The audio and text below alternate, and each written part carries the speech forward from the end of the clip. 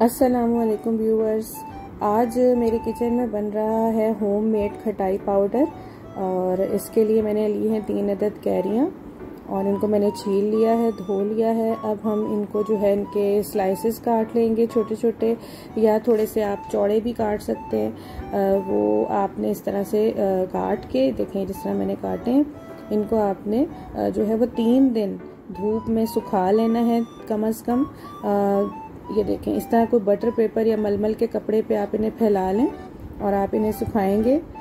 3 धूपें इनको लगेंगी तो ये जो है आपके पाउडर बनाने के लिए तैयार हो जाएंगे। ये बहुत कारआमद पाउडर होता है चाट मसाला बनाने में, मुख्तलिफ़ किस्म की चाट बनाने में, चटनियों में ये काम आता है।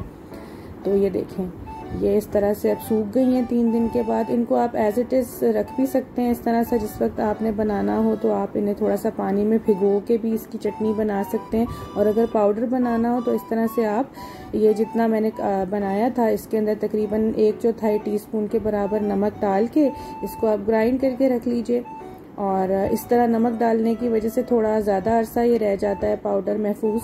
तो ये देखें, अब मैं इसको अच्छी तरह ग्राइंड कर लूँगी और जितना अच्छा ग्राइंडर होगा, जितना पावरफुल ग्राइंडर होगा, उतना ही अच्छा ये जो है ये पिसेगा। और इसे हम छान लेंगे किसी भी छलनी से। ये देखें, ये एक फ़ाइन सा पाउडर हमारे पास आ गया और ये पाउडर तैयार हो गया है। इसे आप रख सकते हैं 1 से 1.5 माह ये महफूज रहेगा।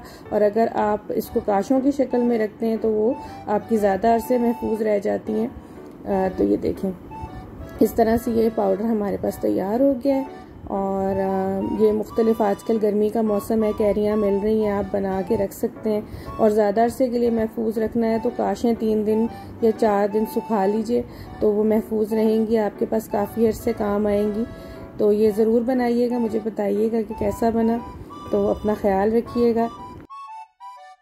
तो इसी के साथ इजाज़त दीजिए। अल्लाह हाफ़िज़।